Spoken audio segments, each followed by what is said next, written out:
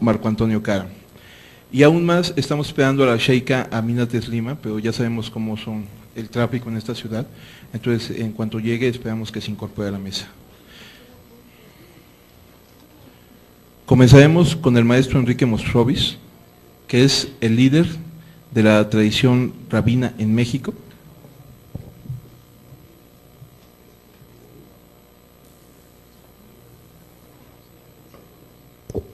Perteneciente a la Comunidad Judía de México. Maestro, por favor.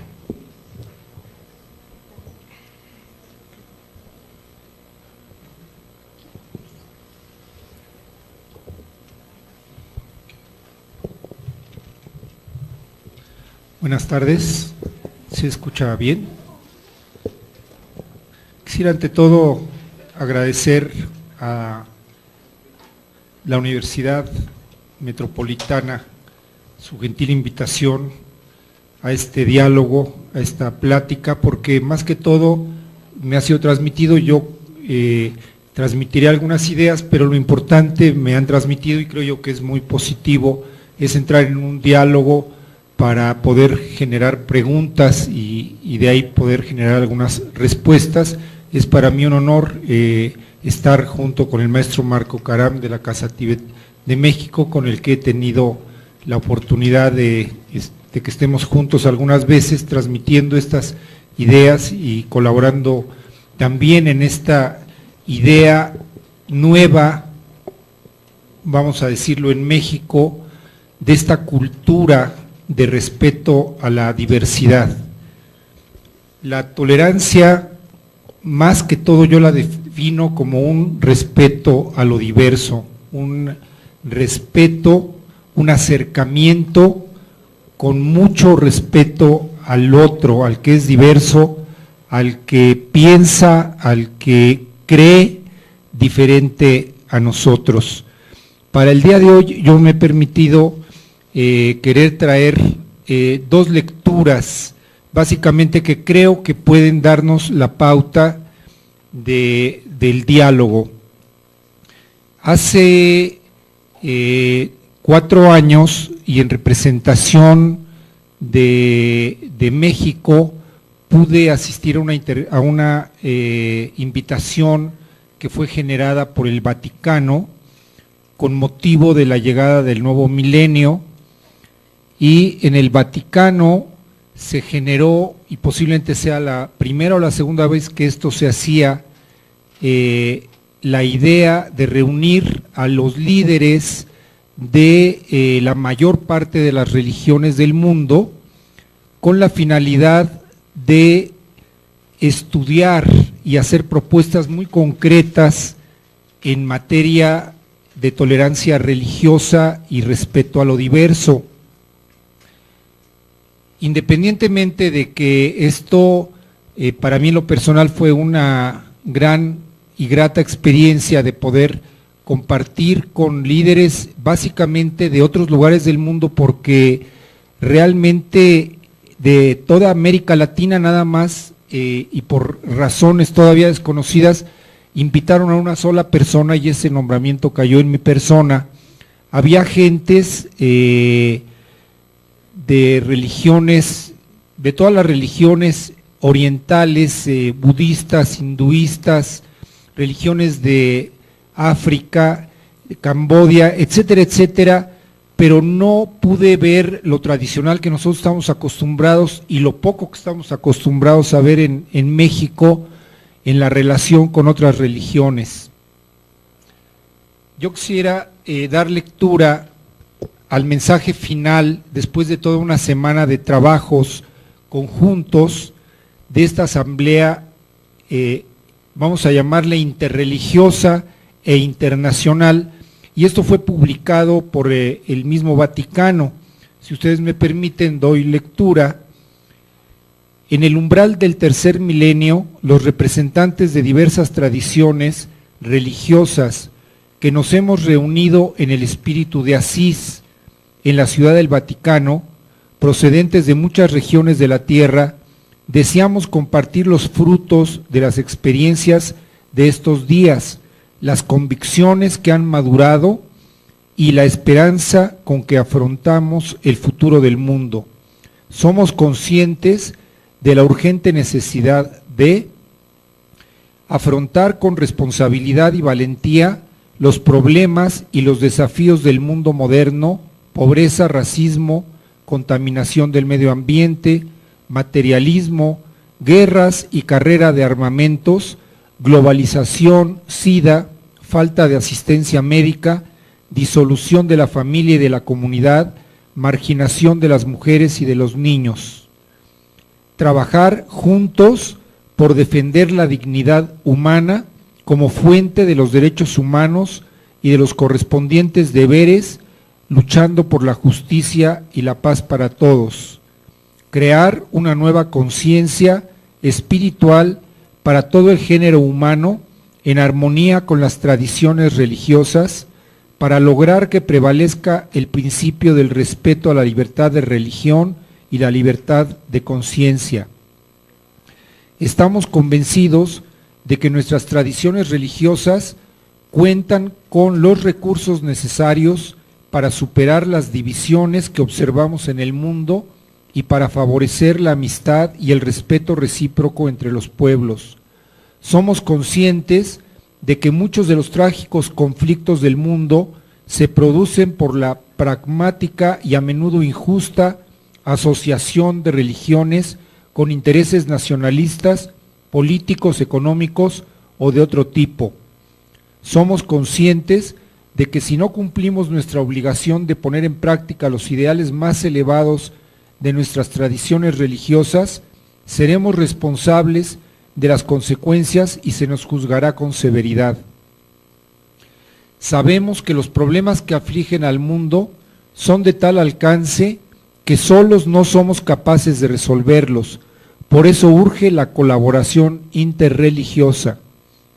Todos somos conscientes de que la colaboración interreligiosa no implica la renuncia a nuestra identidad religiosa, sino que es más bien un camino de aprendizaje.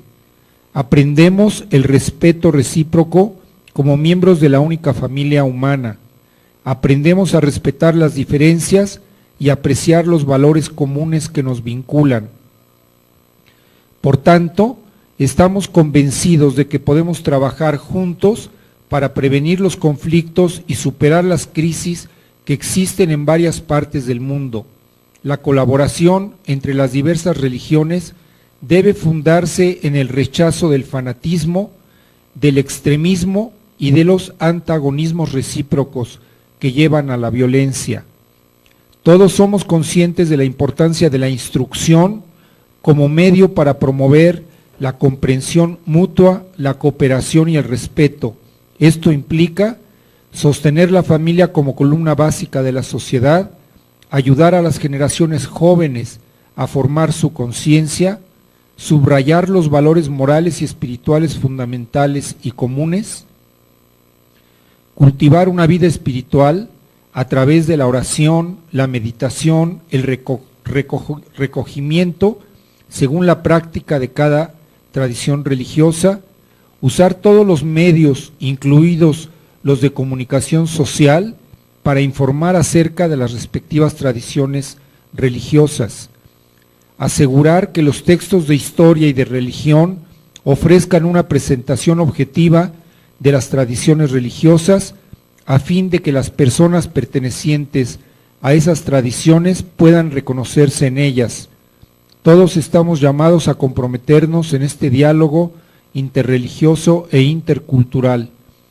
Queremos hacer aquí diversos llamamientos. Invitamos a los líderes religiosos a promover el espíritu de diálogo en sus respectivas comunidades, estando dispuestos a comprometerse en el diálogo con la sociedad civil y en todos los niveles. Invitamos a todos los líderes del mundo, sea cual sea su campo de influencia, a que no permitan que la religión se use para incitar al odio y a la violencia, no permitan que la religión se use para justificar la discriminación, respeten el papel de la religión en la sociedad a nivel internacional, nacional y local, erradiquen la pobreza y luchen por la justicia social y económica. Con el espíritu del jubileo nos dirigimos a todos los que nos hemos reunido en este día para pedir perdón por los errores del pasado, para promover la reconciliación donde las dolorosas experiencias del pasado han engendrado división y odio, y no permitir que el pasado se interponga en el camino hacia la estima y el amor recíprocos, para esforzarnos por superar la brecha existente entre ricos y pobres, y para trabajar por un mundo de paz auténtica y duradera. Con alegría y espíritu de acción de gracias, la mayor parte de nosotros diría, de acción de gracias en primer lugar a Dios, los participantes aquí reunidos para esta asamblea interreligiosa, ofrecemos a nuestros hermanos y hermanas este mensaje de esperanza. Bien, yo creo que es importante que en una universidad pública podamos estar hablando en esta época, cosa que no se hacía en un pasado, de cuestiones de religión, y por eso es que con mucho gusto hemos aceptado esta invitación, porque creo que estamos en una época en que,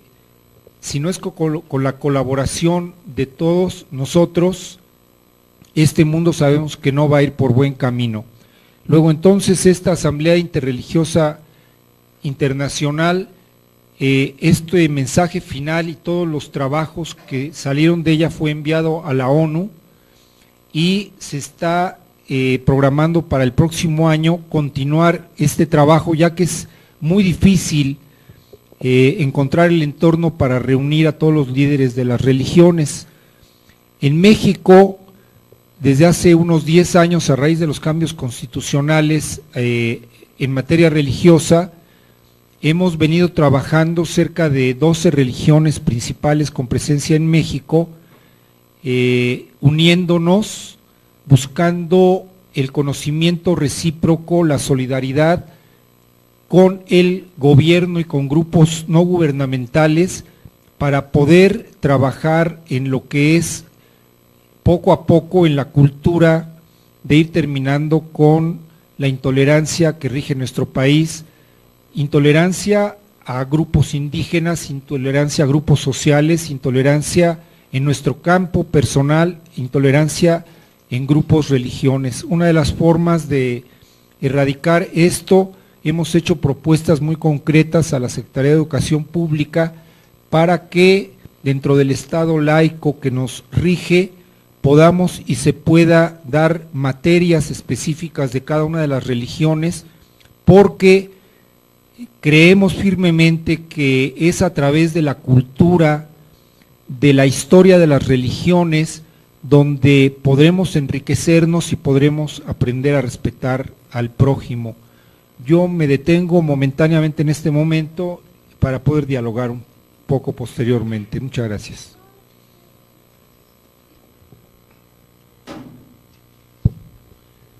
Gracias, maestro Enrique.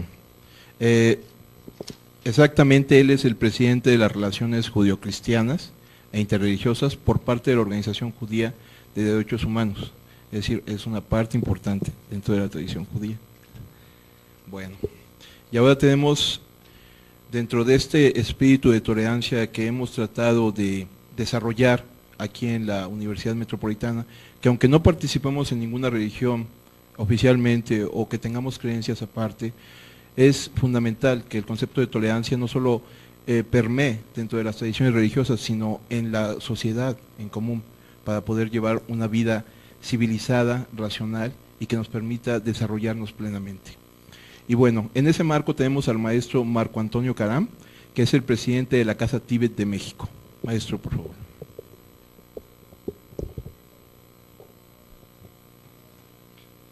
Bueno, en primera instancia tendría que sumarme precisamente a los llamamientos o a las observaciones que Enrique comparte con nosotros con base en su experiencia precisamente en este diálogo ecuménico en el Vaticano, que de hecho es la consecuencia de un encuentro histórico muy importante que promovió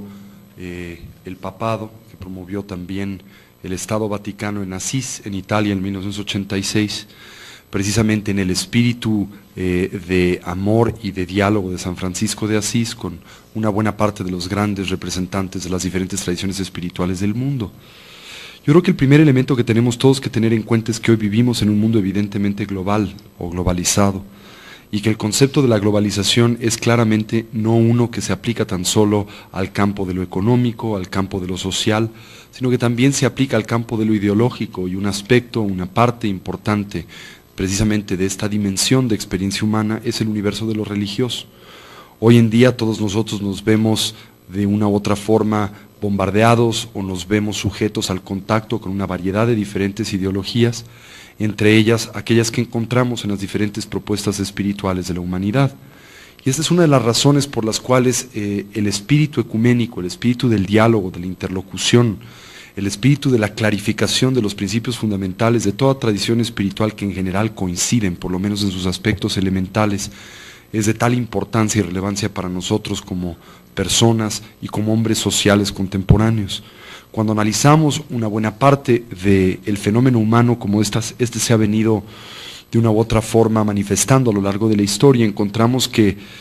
una cantidad significativa de los conflictos con los que el hombre ha tenido que interactuar a lo largo de su haber tienen que ver precisamente con el universo de lo religioso, el universo de lo espiritual, y particularmente estas tendencias hacia la intolerancia que se centran, independientemente de los intereses políticos, sociales, etcétera, por los que toda tradición espiritual institucional atraviesa, que se centra también en el proceso del desconocimiento. Algunas variables de este tipo de nivel de conflicto, creo yo,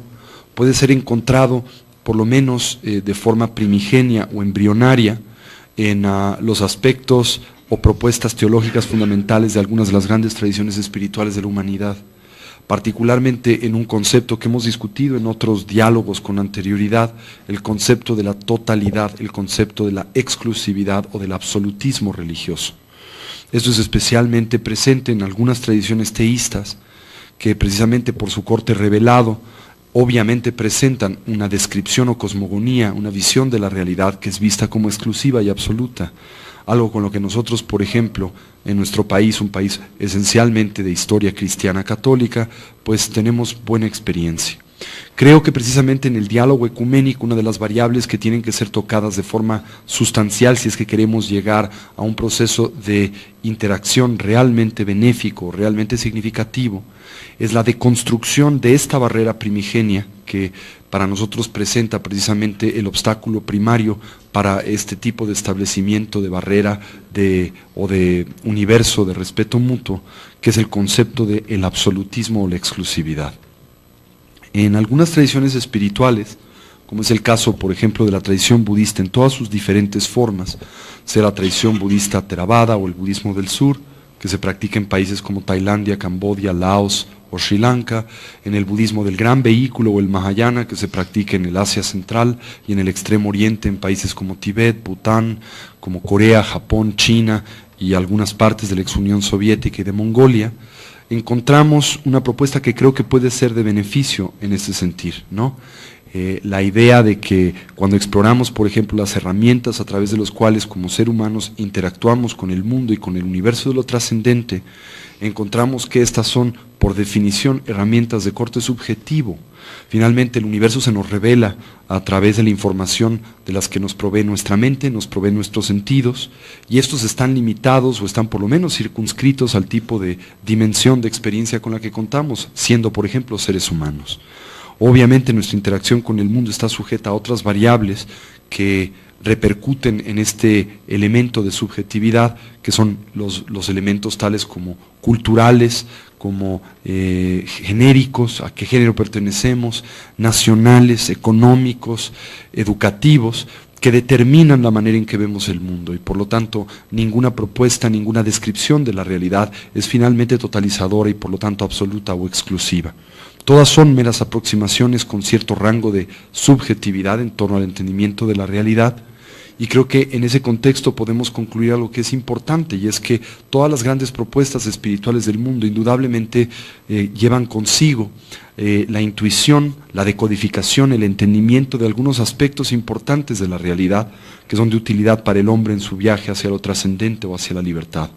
pero es mi convicción que ninguna de estas, como lo plantea estructuralmente la tradición budista, logra ese entendimiento total y completo, y que es en ese sentido que este diálogo, esta interacción entre diferentes tradiciones espirituales es de enorme valor. Este diálogo puede ser útil desde diferentes perspectivas. La primera es una de curiosidad intelectual que pueda redundar en un entorno de respeto mutuo, ¿no? Al conocer precisamente qué es lo que plantean las tradiciones espirituales en su estructura fundamental, podemos lograr quizás sortear el espíritu del absolutismo o el espíritu del fanatismo que a menudo se manifiesta en alas de toda tradición espiritual, en donde existe evidentemente el fundamentalismo. Creo que es muy importante el tener en cuenta que el fundamentalismo es un fenómeno que no tiene tanto que ver con la espiritualidad o la religión, sino que tiene que ver con ciertas deficiencias estructurales de la psicología humana, del desarrollo, de la madurez del individuo, y que en todas las tradiciones espirituales existen alas fundamentalistas que abordan al fenómeno de lo religioso como un instrumento para propiciar el poder, para propiciar la optimización de la ganancia de recursos económicos, etcétera, y que en efecto es con base en esto que debemos de descubrir a través del estudio, especialmente de las fuentes y de las tradiciones orales de diferentes tradiciones espirituales, por lo menos las históricas, que este espíritu de extremismo y fundamentalismo o de intolerancia en realidad no está en esencia presente en la estructura de estas tradiciones espirituales, y que es gracias a esto que podemos establecer un diálogo, un proceso de conocimiento mutuo, conservando la plataforma de cada tradición espiritual, ya que todas son importantes y no se trata de hacer una amalgama, una mezcla, una ensalada de ideas, sino más bien poder entenderlas dentro de su propio contexto y especialmente dentro del entorno social para el cual fueron diseñadas, para entenderlas desde la perspectiva de la época en la que nacen y al tipo de ser humano al que tratan de atender. Yo creo que otra plataforma que es muy importante es una que yo podría describir desde la perspectiva de lo que podríamos denominar la complementariedad espiritual,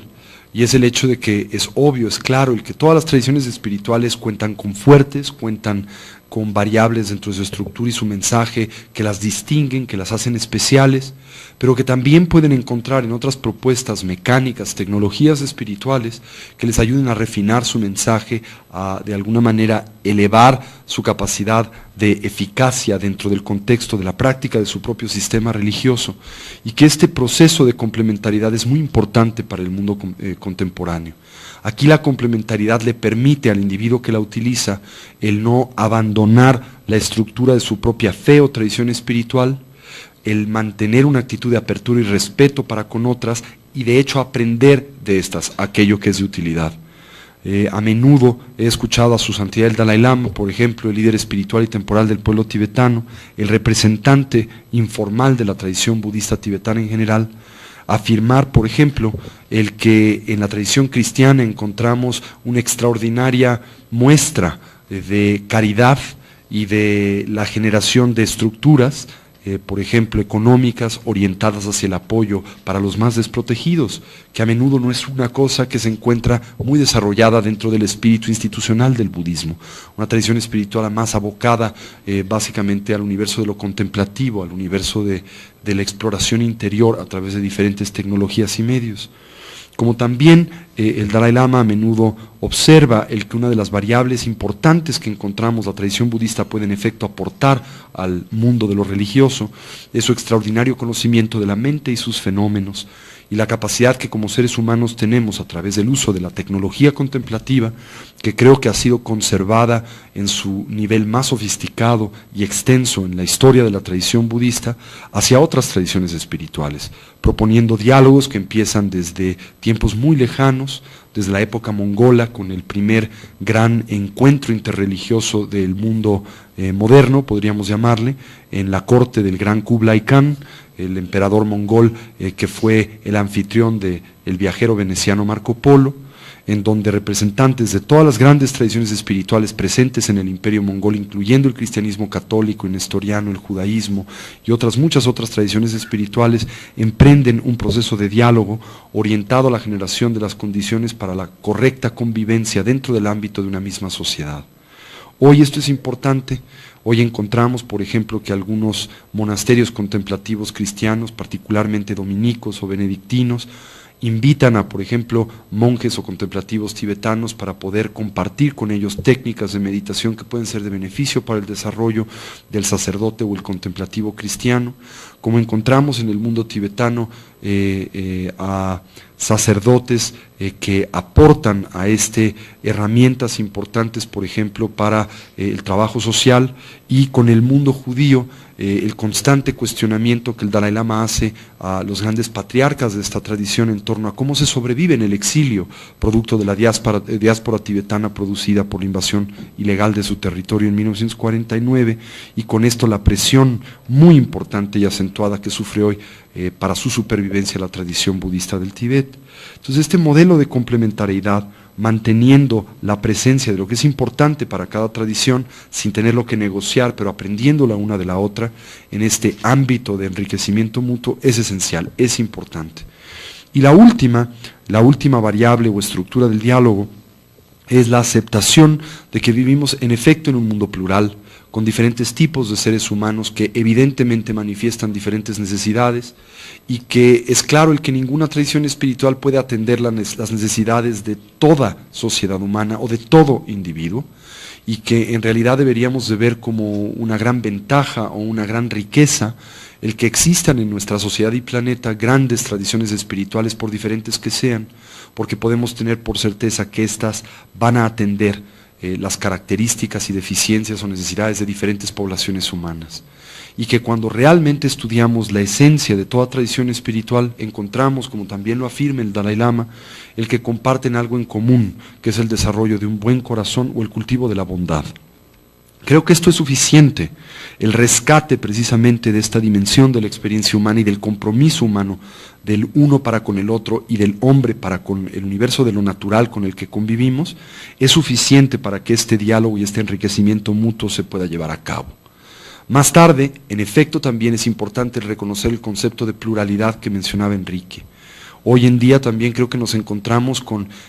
simplificaciones peligrosas, especialmente en el mundo de la nueva era, que se trata de una nueva propuesta, yo diría casi pseudo espiritual, porque no sé si la pueda categorizar como tal, que tiene una presencia rampante en el mundo occidental, la cual propone variables que a menudo simple y sencillamente son incorrectas, como aquellas que afirman que todas las tradiciones espirituales conducen a lo mismo. Esto no es cierto. Al estudiar diferentes tradiciones espirituales encontramos que tienen metas diferentes. Y esto no es algo malo, ni es algo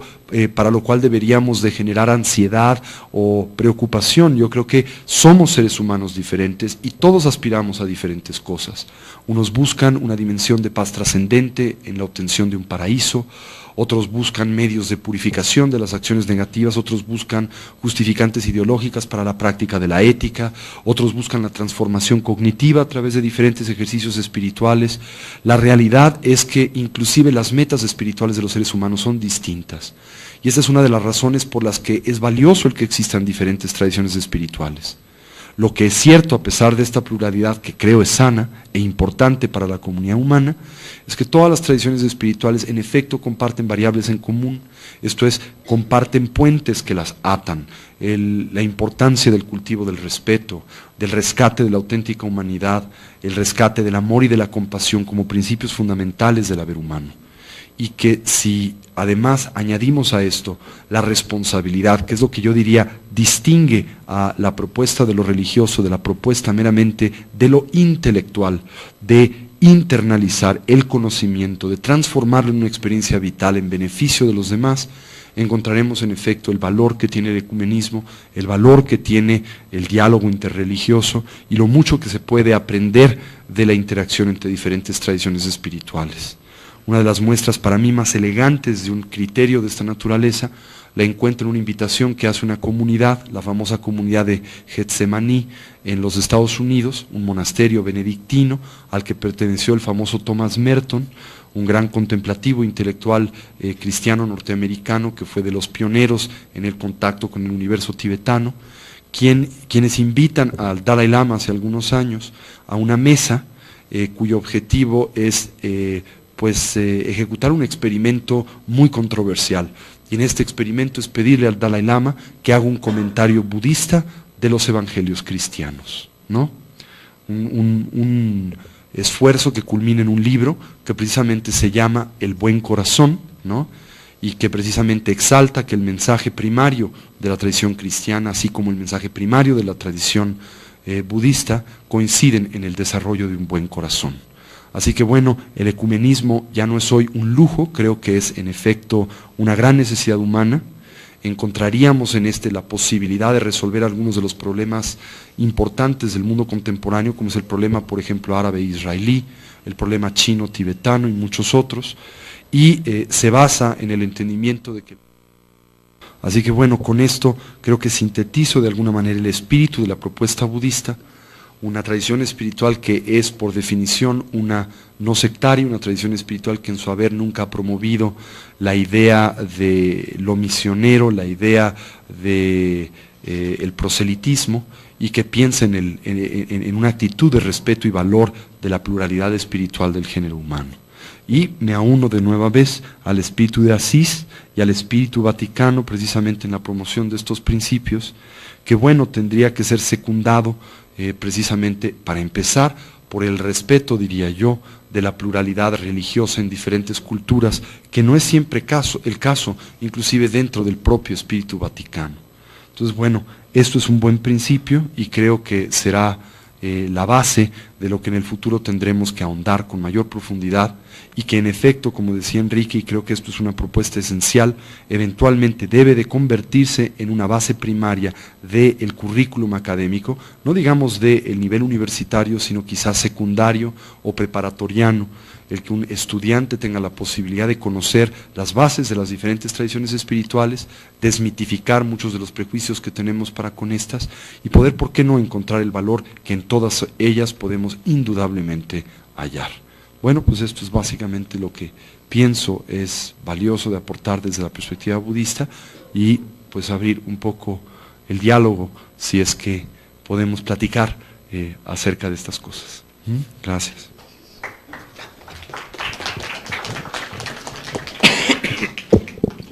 Gracias al maestro Marco Karam. En realidad la tolerancia que ha llevado este espíritu de Asís ha sido ejemplar, no solamente en el aspecto de unir a las tradiciones religiosas en aquellos elementos que tienen en común y que las llevan a ser una búsqueda espiritual,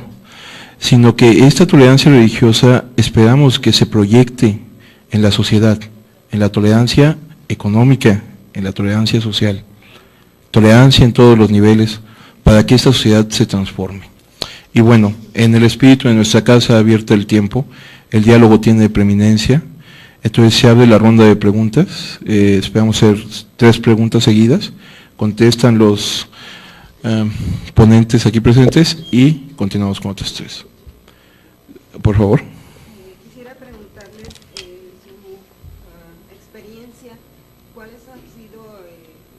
las situaciones que han vivido de intolerancia en este país y en qué época han ocurrido? Por ejemplo, de los judíos, supongo yo que cuando vino la Inquisición, pero en épocas recientes, ¿sienten ustedes que han tenido algún problema de este tipo, sobre todo antes de que se regulara la relación entre iglesias y Estado? Igual la misma pregunta para el maestro Karam. Gracias. Gracias. El compañero de atrás, por favor.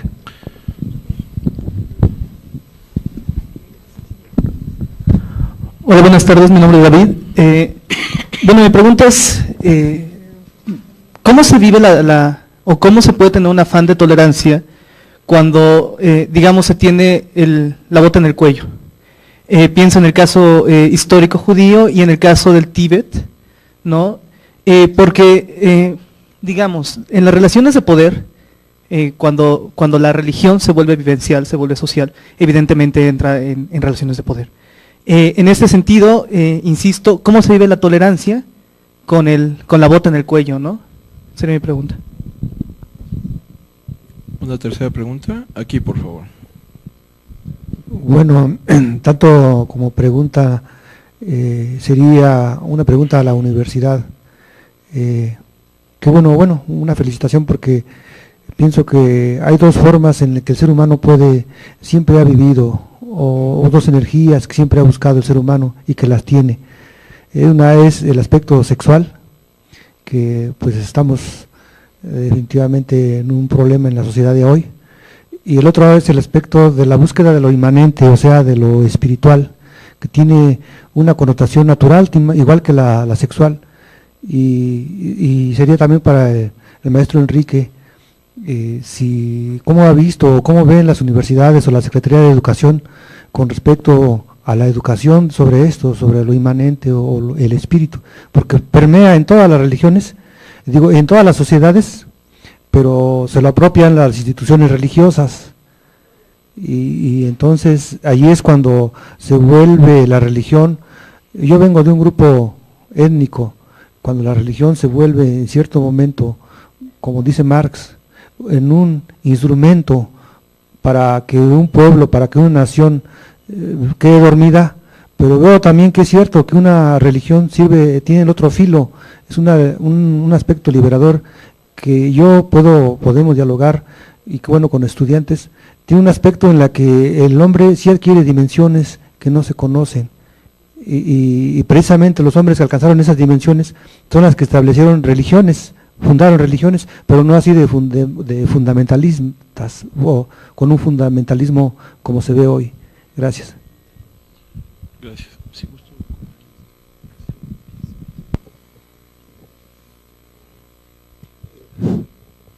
Bien, con este sistema de 3 preguntas hay que tener mente privilegiada, pero trataremos de ir a acordarnos. La pregunta que tú hiciste, quiero entender nada más antes de tratar de dar una respuesta, es como miembro de la comunidad judía, ¿qué actos de intolerancia nos ha tocado presenciar o vivir en esta época o antes de la época de las reformas a la Constitución? Esa es concretamente la pregunta. Bien, yo quisiera aclarar primero que entiendo, ¿no? No por el hecho de que haya cambiado la Constitución, porque deberíamos de hacer todo un recorrido histórico de la Constitución de México, pero no por los cambios que se dieron hace 10 años, ha cambiado profundamente la situación sociológica o jurídica en México. Los cambios a la Constitución se dan como un ideal de cultura y de convivencia entre todos los que vivimos en México. Concretamente, haciendo un recorrido histórico de la presencia judía en México, prácticamente podría yo mencionar que es una presencia conocida históricamente de 80 años, aunque hay antecedentes desde la colonia misma, pero prácticamente en los 80 años de la diferente llegada de los judíos a México, derivada básicamente de persecuciones al mundo judío en las diferentes partes del mundo, podría yo decir que son contadas con las manos, con los dedos de la mano, los actos de intolerancia que ha vivido la comunidad judía en México. Realmente se puede decir que a través de los criterios democráticos y de alto respeto a las inmigraciones de diferentes comunidades, se ha podido desarrollar en México una vida religiosa y cultural y educativa de primer nivel, como ejemplo para el mundo de lo que el Estado mexicano y el pueblo mexicano ha sido capaz de llevar a cabo al recibir a gentes de otras nacionalidades o otros principios religiosos. Entonces, yo pienso que por eso ni menciono los pocos casos que posiblemente se pudieran conocer en la misma prensa mexicana, pero que yo recuerde públicamente actos contra sinagogas en el sentido netamente de intolerancia religiosa, y gracias a Dios en México no lo hemos tenido, y es un ejemplo abierto para el mundo. No sé, Marco Antonio, si quieras que continúe con las 3 o ¿sí? Insisto que si al final de dar respuesta a las 3 no entendí bien una pregunta, me gustaría que lo pudiéramos aclarar. Lo que tú preguntas, si trato de entenderlo de cómo puede darse o pensarse este término, este proceso de tolerancia cuando se tiene la bota en el cuello, es más o menos lo que existe preguntar. Yo pienso que paradójicamente, cuando se tiene la bota en el cuello, entendiendo cuando está uno acorralado por todos lados en su dignidad, en su ser espiritual, en su ser social, es en ese momento cuando puede salir a la luz la necesidad humana de la tolerancia y del diálogo y el entendimiento entre los hombres. O sea, dije paradójicamente porque el ideal del pensar en el respeto al otro, en el relacionarse con el otro, se tiene que dar en un estado de paz y de entendimiento, pero paradójicamente cuando se tiene la bota en el cuello, cuando hay la respuesta o las armas o la razón y el espíritu, yo creo que ahí es la razón y el espíritu los que brotan de una manera natural, pidiéndole al otro, exigiéndole al otro el abrirse al respeto y a la tolerancia. La palabra tolerancia siempre trabajada con mucho cuidado, ¿no? No sé si por ahí iba y logro transmitir lo que me preguntas. En cuanto a lo que mencionó el compañero de la cuestión de la Secretaría de Educación Pública, de cómo pienso yo que el Estado mexicano ha enfrentado esta situación de la espiritualidad del ser humano, dicho así en general lo que entiendo, yo pienso que hay un concepto central que todos conocemos o creemos conocer, que es que en México es un Estado laico en el papel, laico en la Constitución y laico en toda la cuestión escrita, ¿no? Pero es un concepto que también hay que manejar con mucho cuidado y con mucho cuidado y conocimiento de entender qué entendemos por el laicismo. Pero yo creo que la pregunta vino dada, entendí, por esta propuesta que hacía el maestro Caram y por lo que yo también mencioné de la educación de religiones, que conste que no digo educación religiosa, dije la educación en religiones en nuestras primarias para adelante, ¿no? Y yo creo que desde ese punto de vista la Secretaría de Educación Pública y los diferentes organismos que tienen que ver con la educación en México no han todavía querido abrir la brecha a una cultura de religiones, porque no se ha entendido que este es un medio que llevaría a todos y cada uno de nosotros una puerta de apertura hacia el otro, y donde podría ser de una riqueza sin límites poder tener este conocimiento histórico y de principios generales de religiones. No sé si he entendido bien la pregunta y la he respondido en la dimensión que tú esperabas.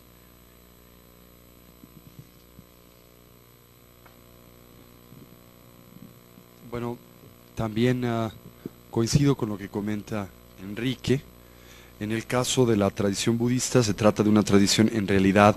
muy joven en nuestro país. El contacto que como mexicanos hemos tenido con esta tradición a lo sumo se remonta a la década de los 50, quizá a la década de los 60, cuando particularmente Eric Fromm tiene la oportunidad de invitar a Cuernavaca al famoso Daisetsu Suzuki, un gran académico y contemplativo japonés, representante directo o indirecto de la tradición del budismo Zen, una de las formas más importantes del budismo Mahayana, con el objetivo de escribir un texto que se ha convertido en muy influyente en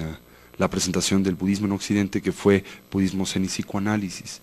En realidad la tradición budista tiene poco tiempo en nuestro país, y a lo largo de su historia no podría decirse ha topado con ningún tipo de proceso discriminatorio,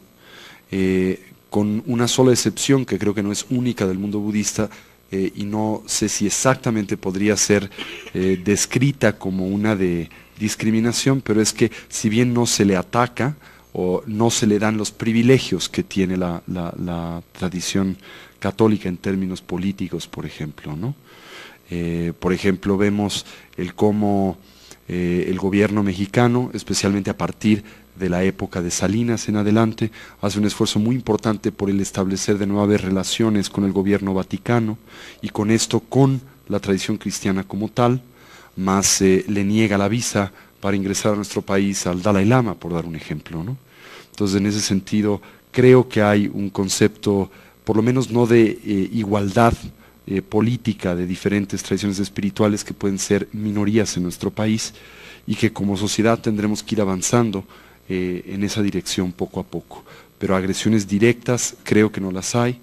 aunque también tendría que decir que los grupos religiosos son intensamente observados, por ejemplo por la Secretaría de Gobernación. Esto es algo que mucha gente no sabe, pero es una realidad en nuestro país. Hay un cierto nivel de preocupación que evidentemente se orienta eventualmente hacia el control, si en especial este tipo de grupos obtienen cierta representatividad, y particularmente una representatividad que no les sea de agrado a la tendencia política del gobierno en boga, ¿no?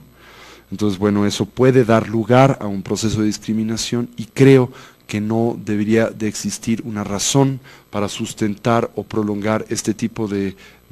observación o de, digamos, de inteligencia dentro de los diferentes grupos religiosos del Estado. No debería de tener el Estado, digámoslo así, un lugar en ello. En cuanto a la segunda, el concepto de cómo se promueve el ecumenismo, la tolerancia, cuando se encuentra ya uno inmerso en un conflicto importante, pues tenemos un excelente ejemplo en el caso del mundo tibetano, que ha sido bueno, pues atacado en sus estructuras fundamentales por la República Popular China ya hoy en día por más de 52 años, en un verdadero proceso de genocidio tanto cultural como étnico. Y no obstante, el Dalai Lama, que en este contexto representa, bueno, pues a la tradición espiritual budista del Tíbet,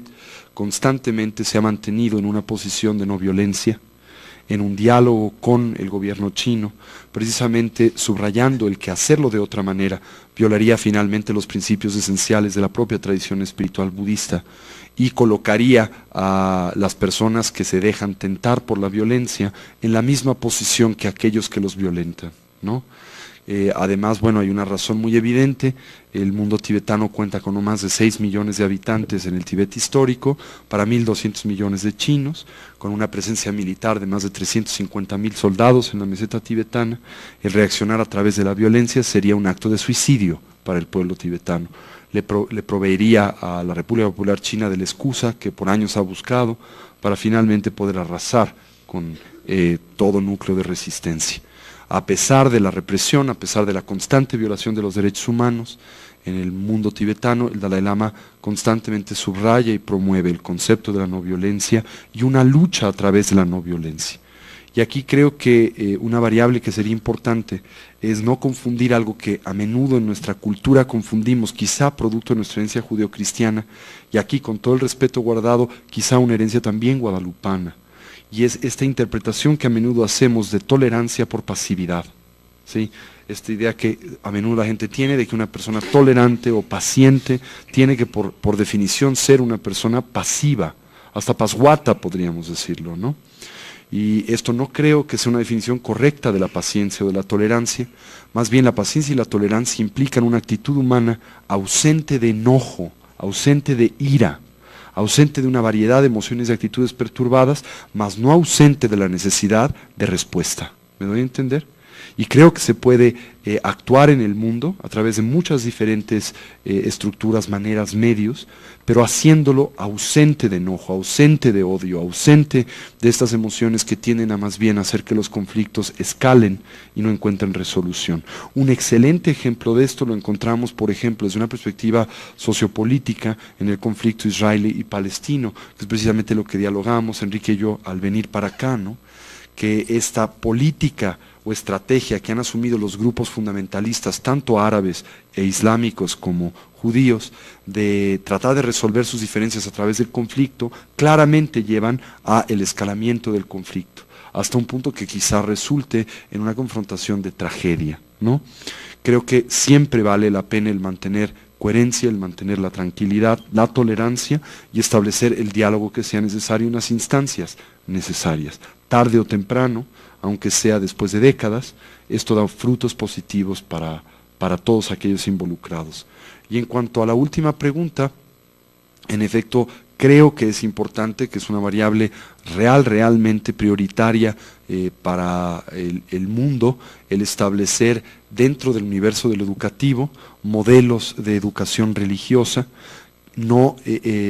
orientados hacia que alguien opte por una tradición religiosa, sino para que por lo menos tenga una cultura general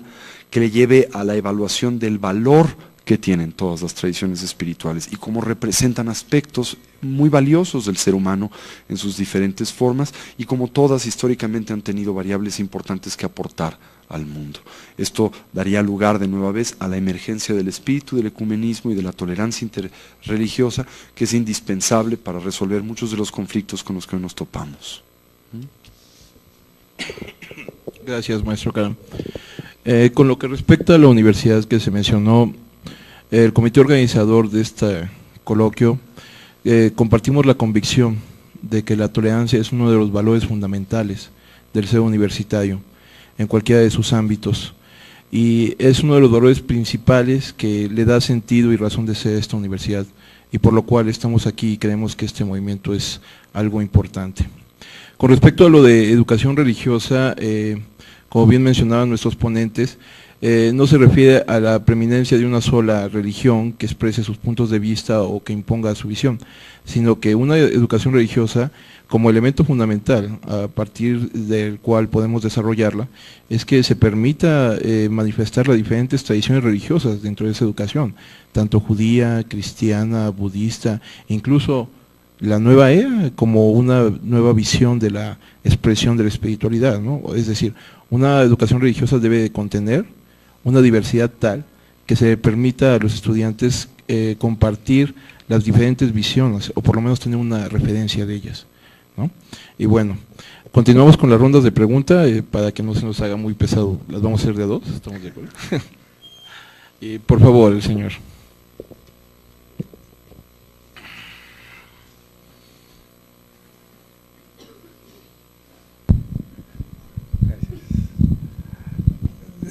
Sí, lo primero que quiero decir es que me resulta muy valioso que desde una tradición religiosa se hable, o desde varias tradiciones religiosas, se señale que la limitación que tienen para entender y comprender la realidad, porque eso, para quien proviene de un pensamiento laico, es sumamente importante y puede ser un puente de entendimiento, porque uno sabe perfectamente que tiene limitación para entender la realidad, ¿sí? Lo otro que quiero señalar es que con relación al Tíbet, es que yo no comparto para nada, incluso lo he criticado en artículos, la ocupación china en el Tíbet. Pero hoy el problema lo veo incluso más allá. Veía hace poco, unos días, creo que un documental y me dejó suma preocupación que la ocupación china en este momento no solamente es una ocupación política, militar, con todas sus implicaciones, sino también que hay avanzadas culturales chinas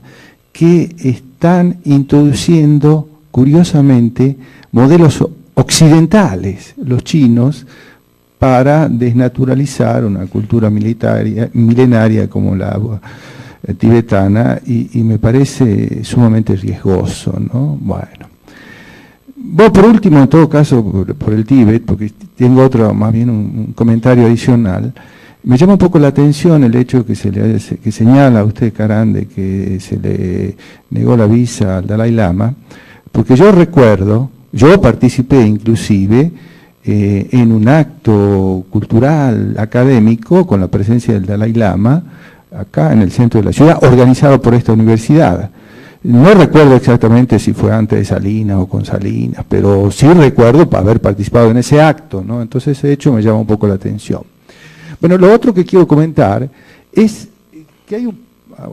bueno, sigo sin micrófono, no hay micrófono. Sí.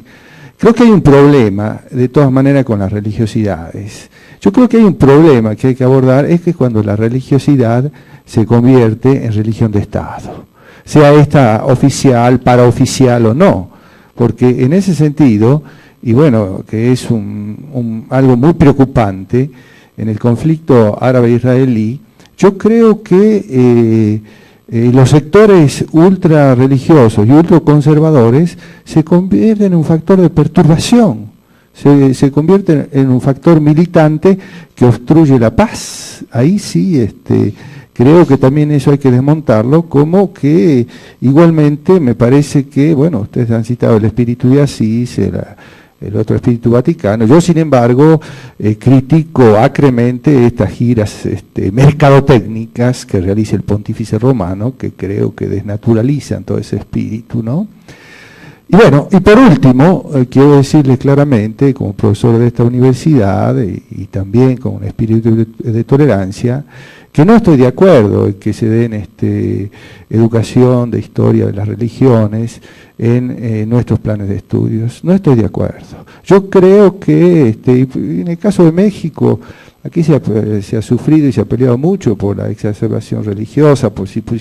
habría muchos otros ejemplos. Yo creo que está muy bien que ustedes vengan aquí, que den todas sus opiniones, pero me parece que la oferta religiosa tiene que ser una oferta clara, libre, en todos los espacios que se puedan proporcionar, pero que sí, los espacios de la educación, a todos los niveles, primario, secundario, etcétera, y universitario, tiene que ser un espacio laico. Se lo digo con absoluta franqueza y convicción. Gracias. Gracias. Por favor, maestra. ¿Quieres que? Yo creo que vamos a quedarnos con esta y después... Bueno, por petición de los ponentes, vamos a comenzar con esta pregunta. Bien, yo me quedo con la última parte, porque todo su recorrido ha sido muy interesante, muy importante.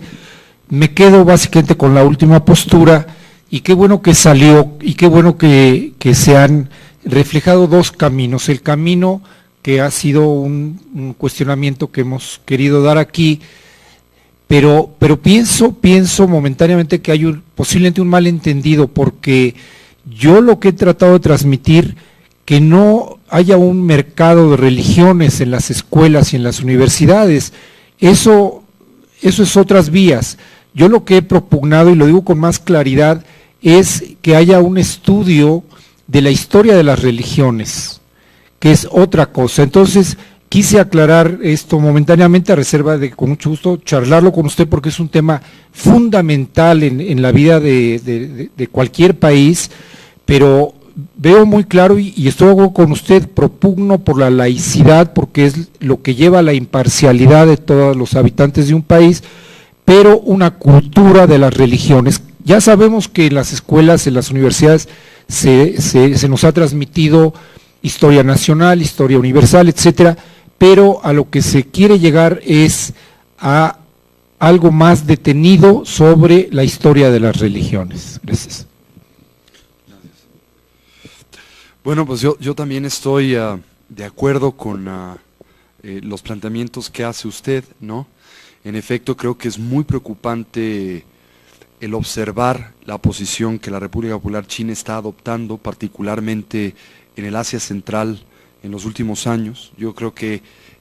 los países occidentales y las grandes potencias económicas de Occidente,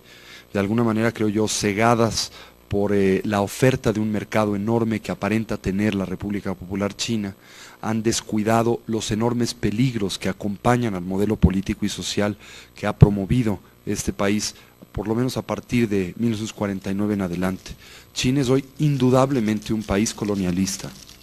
es indudablemente un país que se presenta como un punto de riesgo para toda la región en su estabilidad política, y en particular para nuestro país es un país de riesgo económico. ¿Por qué? Porque nosotros no podemos competir, como muchas otras economías, con un país que produce bienes a través de la mano de obra esclava. Eso es imposible, ¿no? Tan solo del año pasado al presente, México ha perdido 250.000 empleos, directos o indirectos, a la República Popular China, bajo este tipo de condiciones, mientras que nuestro gobierno, por razones que desconozco, me parecen a veces hasta misteriosas, sigue tratando de enamorar a China de alguna manera, no sé con qué objetivo, ¿no? Entonces, bueno, el caso de Tibet es el caso más claro de este problema, un país que fue invadido ilegalmente, cuyos derechos humanos no han sido respetados a lo largo de este periodo, sujeto a un proceso real de genocidio cultural y étnico, que ha también atestiguado la Comisión Internacional de Juristas, por ejemplo, de las Naciones Unidas. También se trata de un país sujeto a un proceso de inundación de población china hoy en día. En el Tíbet histórico hay hoy no más de 6 millones de tibetanos para ya casi 8,5 millones de pobladores chinos, que evidentemente son enviados a Tíbet con el propósito de ahogar, como se ha hecho con otras minorías en China con anterioridad a la población local, como se hizo en Mongolia, por ejemplo, con la propia cultura china contemporánea, que como bien comenta está muy determinada por también elementos occidentales, ¿no? Esto es una gran tristeza, es una gran tragedia para la pluralidad humana, y es algo que la comunidad internacional debiese de atender de una u otra manera. Hay a veces indicios, hay momentos en donde aparenta ser que la comunidad internacional va a tomar posiciones con referencia al caso de Tibet, pero nunca se han podido consolidar por el tremendo temor que tiene la comunidad internacional hoy en día del poderío chino y particularmente del poderío económico de China. A China es uno de los pocos países del mundo al que se le permite todo, inclusive toda violación de derechos humanos,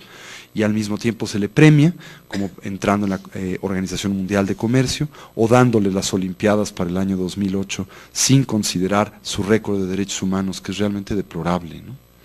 Ahora, en lo que concierne a la visa del Dalai Lama, en efecto, en 1989 se le dio a su santidad el Dalai Lama visa, después de habérsele negado 3 veces con anterioridad, especialmente durante el gobierno de José López Portillo, en donde había un proyecto importante de que el Dalai Lama viniese y no se le confirió visa, y después de la visita del Dalai Lama en 1989, invitado por varias instituciones, entre ellas la Universidad Metropolitana y la Casa del Tíbet de México, y apoyados por el entonces subsecretario de Gobernación de México, que era el licenciado Miguel Limón, quien más tarde se convirtió en secretario de Educación, un gran amigo de Tibet, por cierto, que gracias a sus gestiones y gracias a la visita del Papa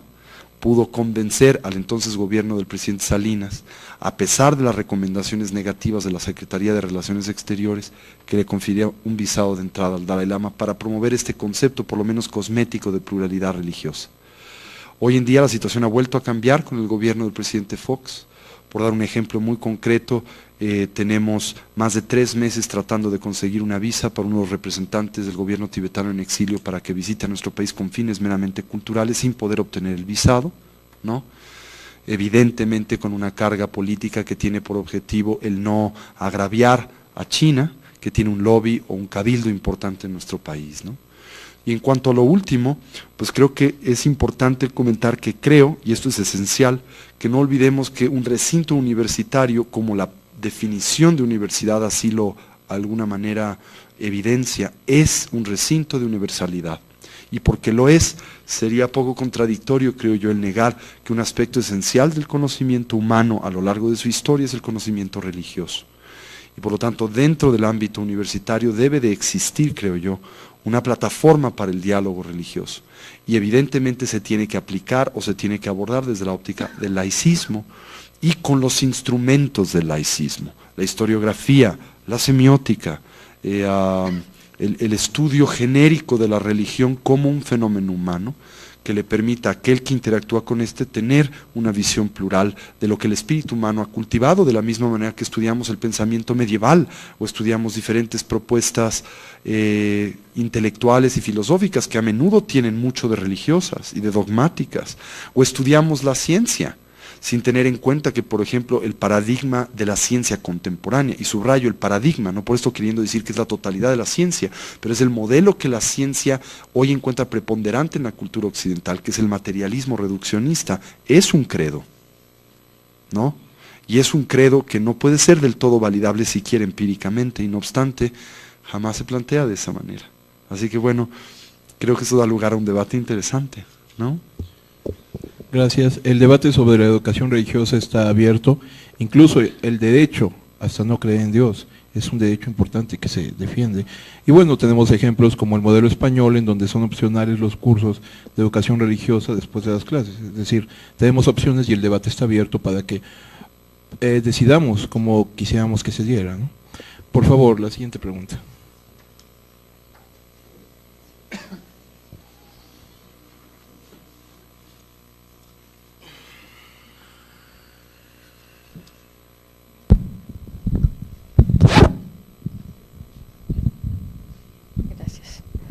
Sí,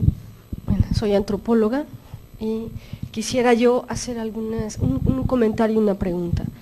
Fundamentalmente al maestro Enrique, me pareció que la presentación o la lectura que nos hizo, me parece una buena carta de intenciones, pero realmente no tiene un trasfondo serio, desde mi perspectiva, congruente, y más con las preguntas que se acaban de generar en términos de la situación con Israel y el mundo árabe. Es decir, la carta de intenciones es muy buena. Me parece que los líderes cuando se reúnen interreligiosos, que alabo la propuesta, pero me parece que quedarse en una carta de intenciones, por lo menos en una presentación, digamos, puede causar, para mí me causa muchísimos problemas, porque es cotidiano también la intolerancia. La intolerancia no solamente en México, sino también en el mundo, y vemos cómo están exacerbados los conflictos político-religiosos, porque no vamos a decir que son solamente religiosos. Entonces, me parece que son buenísimas esas reuniones, pero me encantaría saber, por lo menos, el regreso a México, qué estrategias están generando objetivas, no entre los líderes interreligiosos, porque mi experiencia en varios simposios que he organizado y invitado a varios representantes religiosos, es que mientras están entre líderes son amiguísimos, pero ya cuando empiezan a hablar de sus propuestas, entonces ya no son tan amigos. Y aquí quisiera yo hacer un comentario, que hace rato le preguntaron, bueno, si había agresiones hacia los judíos. Pero yo quisiera también decir, y además que con el budismo no es que sean iguales, pero en términos de no ser proselitistas, por no ser proselitistas también disminuye la intolerancia,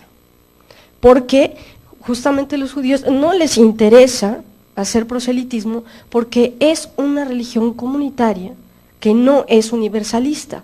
Entonces, desde esa perspectiva, es evidente que disminuye, por lo menos en México, una agresión hacia esta comunidad. Y en términos de lo que es el budismo, por lo menos el budismo tibetano, tampoco está interesado en una estrategia proselitista. En el panel anterior, que estuvieron aquí los cristianos, que así se nombraron, que había católicos y evangélicos, la historia no es la misma. Entonces yo creo que cuando se presentan temas de estos, creo que sería también muy importante aterrizar a lo que son las estructuras religiosas de cada uno y las implicaciones sociopolíticas que ellas tienen y que conllevan prácticas sociales. Entonces ahí sí podemos empezar a generar estrategias de tolerancia o de respeto en general. Y bueno, la pregunta la mantengo, y en cambio, por ejemplo, la postura que nos presentó el maestro Karam, yo vi que había por lo menos algunas propuestas ecuménicas, digamos, en esta tecnología espiritual que mencionó, que digo, suena interesante, ¿no? Pero que digamos, ahí sí veo que hay alguna propuesta, ¿no? Y la otra que yo quisiera también unirme a la propuesta de que en la medida en que se genera mayor conocimiento de la diversidad religiosa, también disminuye la ignorancia, el desconocimiento y se generan marcos de entendimiento, ¿no? Y eso creo que es fundamental y no es gratuito que en diplomados académicos como el de la UNAM o el del INA tienen varias promociones y la gente asiste y se ha generado una cuestión bastante interesante en términos de tolerancia, ¿no? Entonces yo me uniría por lo menos a que hubiera foros o lugares donde se pudiera hablar de las historias de las religiones, y creo que una manera que ayudaría es no hablar de cursos de religión, sino de historia de las religiones con esa claridad para poder discutir, ¿no? Muchas gracias. Gracias, permítame, maestro. Sí, nosotros también compartimos esa preocupación, por lo que esperamos que anualmente el coloquio sobre tolerancia se realice. Esperamos acá una memoria, no solo escrita, sino a partir del video, para que pueda ser una forma de consulta, e incluso en un futuro posible formar aquí en la biblioteca algún apartado en donde pudiese haber estudios de tolerancia y la UAM estuviera en la vanguardia de ese tipo de visiones. Gracias. Bien, coincido plenamente, y no es por hacerte la barba, coincido plenamente con lo que dices. Realmente mi presencia, mi inquietud de formar parte de esta nueva cultura de tolerancia entre religiones es movida, es llevada por muchísimas cosas de las que dijiste y con las que concuerdo. Quiero entender que concretamente, perdón que te hable de tú, quiero entender concretamente que tu pregunta directa es, muy bien, qué bonito haber ido a Disneylandia, y ahora qué ha pasado aquí, ¿no? Yo lo que podría decir básicamente son tres cosas. Número uno, comento que si quise abrir esta plática con esta experiencia del Vaticano, es como una puerta de entrada al diálogo. Podía yo haber empezado por otras cosas, pero creo que es muy pertinente por su carácter, entre comillas, universal, esta experiencia del Vaticano, donde se reunió a líderes que yo comulgo contigo. Yo no conozco al rey Juan Carlos de España, el señor viene a México y pues nada más ve a los de arriba, no nos ve a todos nosotros, ¿no? Entonces eso siempre queda en fiesta de amigos, y lo que es el pueblo siempre queda relegado a otros estratos, pero de ahí pueden salir algunas cosas, ¿no? Vuelvo a lo concreto.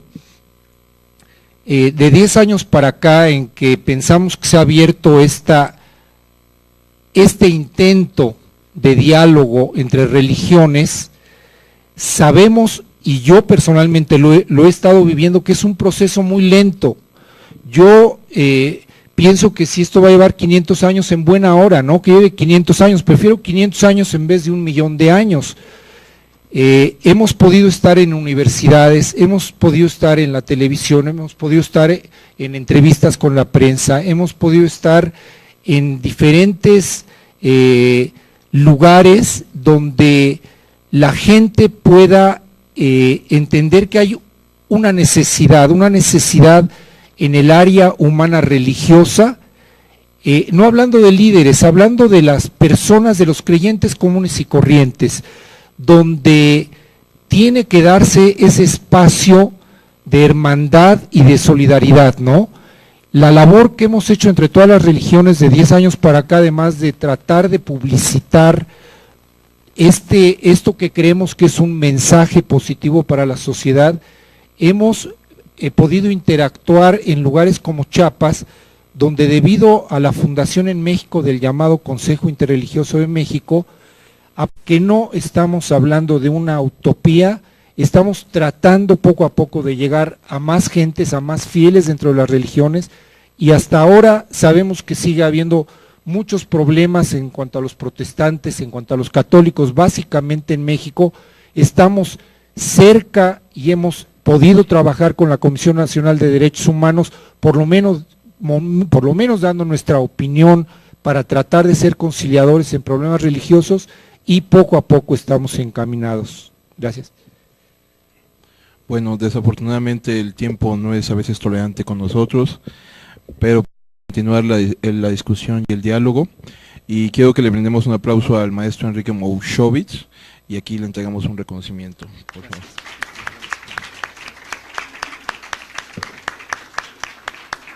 Y al mismo tiempo al maestro Marco Antonio Caram por su participación y aportaciones.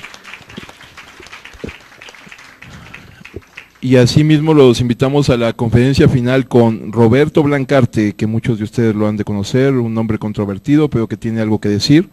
Y luego la clausura a las 6:45, y donde los compañeros de Tradición Báquica van a poner el vino para que podamos brindar por este coloquio de tolerancia. Y sobre todo, gracias a ustedes por su presencia, que hacen posible este tipo de diálogos. Buenas tardes.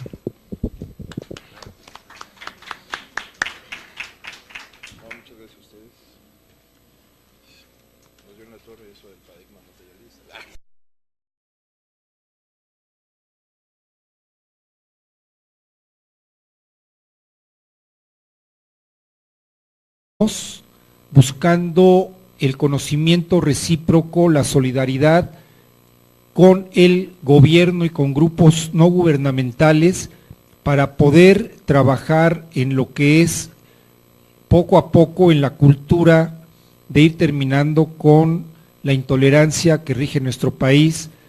intolerancia a grupos indígenas, intolerancia a grupos sociales, intolerancia en nuestro campo personal, intolerancia en grupos, religiones. Una de las formas de erradicar esto, hemos hecho propuestas muy concretas a la Secretaría de Educación Pública para que dentro del Estado laico que nos rige podamos y se pueda dar materias específicas de cada una de las religiones, porque creemos firmemente que es a través de la cultura, de la historia de las religiones, donde podremos enriquecernos y podremos aprender a respetar al prójimo. Yo me detengo momentáneamente en este momento para poder dialogar un poco posteriormente. Muchas gracias.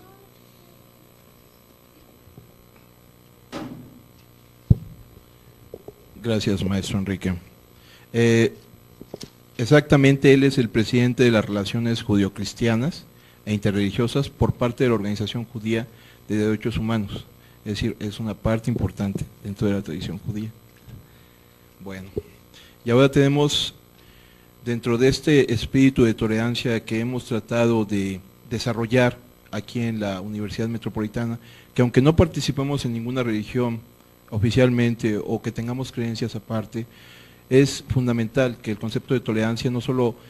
permee dentro de las tradiciones religiosas, sino en la sociedad en común, para poder llevar una vida civilizada, racional y que nos permita desarrollarnos plenamente. Y bueno, en ese marco tenemos al maestro Marco Antonio Caram, que es el presidente de la Casa Tíbet de México. Maestro, por favor.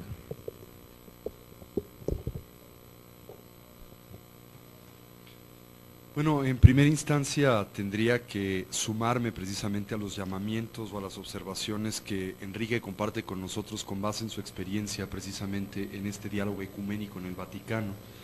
que de hecho es la consecuencia de un encuentro histórico muy importante que promovió el papado, que promovió también el Estado Vaticano en Asís, en Italia, en 1986, precisamente en el espíritu de amor y de diálogo de San Francisco de Asís con una buena parte de los grandes representantes de las diferentes tradiciones espirituales del mundo. Yo creo que el primer elemento que tenemos todos que tener en cuenta es que hoy vivimos en un mundo evidentemente global o globalizado, y que el concepto de la globalización es claramente religión y la libertad de conciencia. Estamos convencidos de que nuestras tradiciones religiosas cuentan con los recursos necesarios para superar las divisiones que observamos en el mundo y para favorecer la amistad y el respeto recíproco entre los pueblos. Somos conscientes de que muchos de los trágicos conflictos del mundo se producen por la pragmática y a menudo injusta asociación de religiones con intereses nacionalistas, políticos, económicos o de otro tipo. Somos conscientes de que si no cumplimos nuestra obligación de poner en práctica los ideales más elevados de nuestras tradiciones religiosas, seremos responsables de las consecuencias y se nos juzgará con severidad. Sabemos que los problemas que afligen al mundo son de tal alcance que solos no somos capaces de resolverlos. Por eso urge la colaboración interreligiosa. Todos somos conscientes de que la colaboración interreligiosa no implica la renuncia a nuestra identidad religiosa, sino que es más bien un camino de aprendizaje. Aprendemos el respeto recíproco como miembros de la única familia humana. Aprendemos a respetar las diferencias y apreciar los valores comunes que nos vinculan. Por tanto, estamos convencidos de que podemos trabajar juntos para prevenir los conflictos y superar las crisis que existen en varias partes del mundo. La colaboración entre las diversas religiones debe fundarse en el rechazo del fanatismo,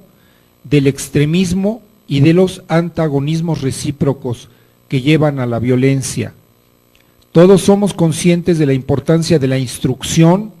como medio para promover la comprensión mutua, la cooperación y el respeto. Esto implica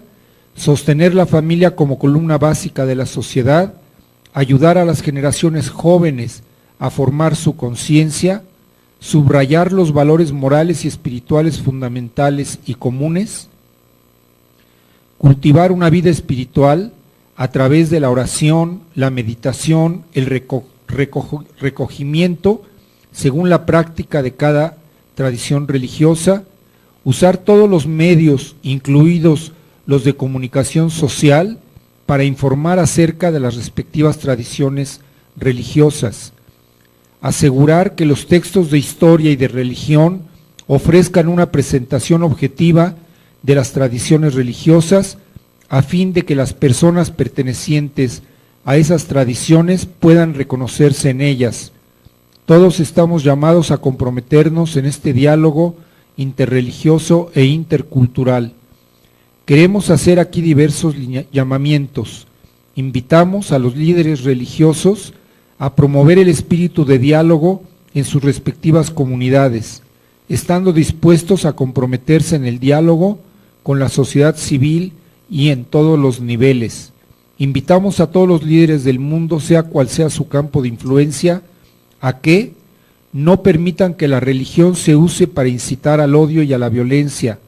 no permitan que la religión se use para justificar la discriminación, respeten el papel de la religión en la sociedad a nivel internacional, nacional y local, erradiquen la pobreza y luchen por la justicia social y económica.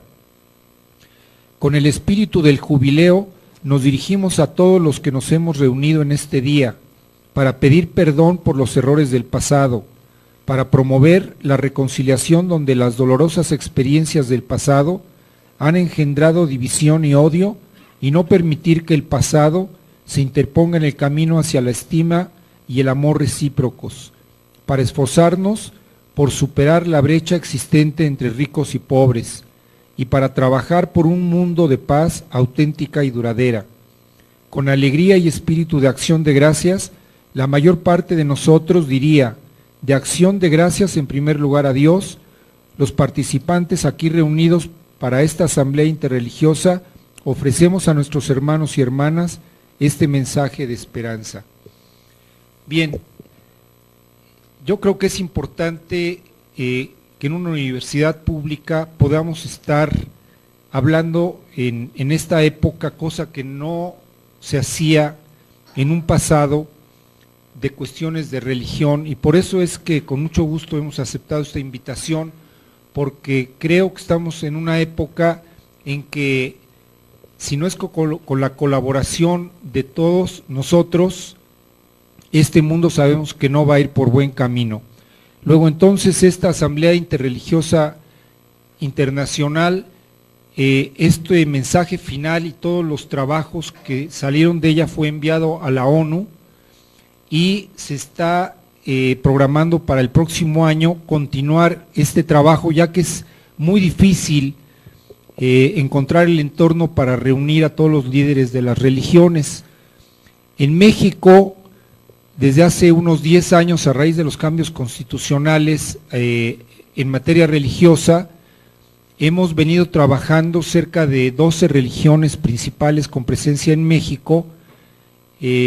uniéndonos. Marco Antonio Cara. Y aún más estamos esperando a la Sheikha Amina Teslima, pero ya sabemos cómo son el tráfico en esta ciudad, entonces en cuanto llegue esperamos que se incorpore a la mesa. Comenzaremos con el maestro Enrique Moscovis, que es el líder de la tradición rabina en México.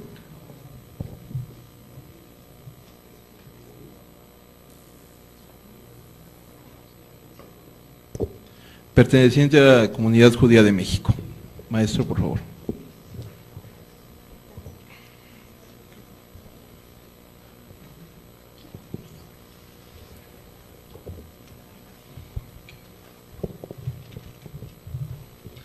Buenas tardes, ¿se escucha bien? Quisiera ante todo agradecer a la Universidad Metropolitana su gentil invitación a este diálogo, a esta plática, porque más que todo me ha sido transmitido, yo transmitiré algunas ideas, pero lo importante me han transmitido y creo yo que es muy positivo, es entrar en un diálogo para poder generar preguntas y de ahí poder generar algunas respuestas. Es para mí un honor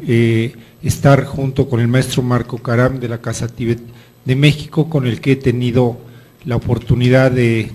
que estemos juntos algunas veces transmitiendo estas ideas y colaborando también en esta idea nueva, vamos a decirlo en México, de esta cultura de respeto a la diversidad. La tolerancia, más que todo, yo la defino como un respeto a lo diverso, un respeto, un acercamiento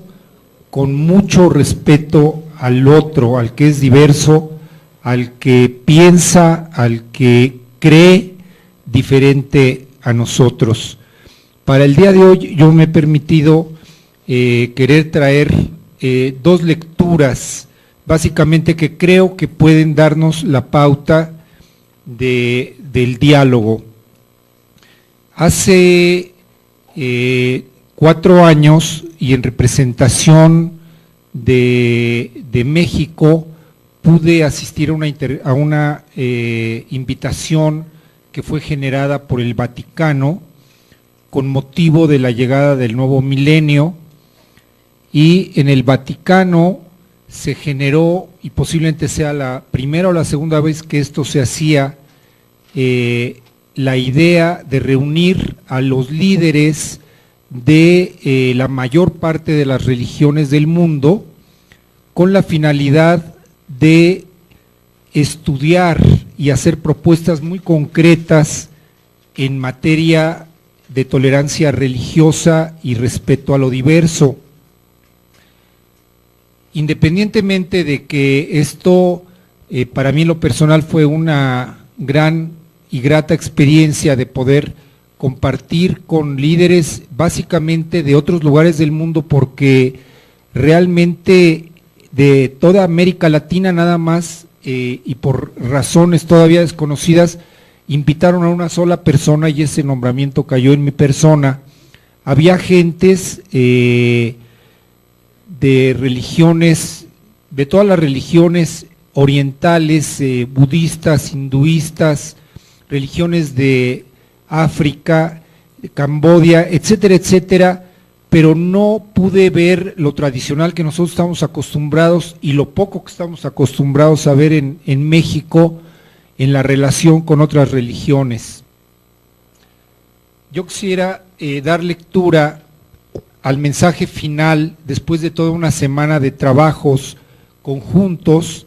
de esta asamblea, vamos a llamarle interreligiosa e internacional, y esto fue publicado por el mismo Vaticano. Si ustedes me permiten, doy lectura. En el umbral del tercer milenio, los representantes de diversas tradiciones religiosas que nos hemos reunido en el espíritu de Asís, en la ciudad del Vaticano, procedentes de muchas regiones de la tierra, deseamos compartir los frutos de las experiencias de estos días, las convicciones que han madurado y la esperanza con que afrontamos el futuro del mundo. Somos conscientes de la urgente necesidad de afrontar con responsabilidad y valentía los problemas y los desafíos del mundo moderno: pobreza, racismo, contaminación del medio ambiente, materialismo, guerras y carrera de armamentos, globalización, SIDA, falta de asistencia médica, disolución de la familia y de la comunidad, marginación de las mujeres y de los niños. Trabajar juntos por defender la dignidad humana como fuente de los derechos humanos y de los correspondientes deberes, luchando por la justicia y la paz para todos. Crear una nueva conciencia espiritual para todo el género humano en armonía con las tradiciones religiosas, para lograr que prevalezca el principio del respeto a la libertad de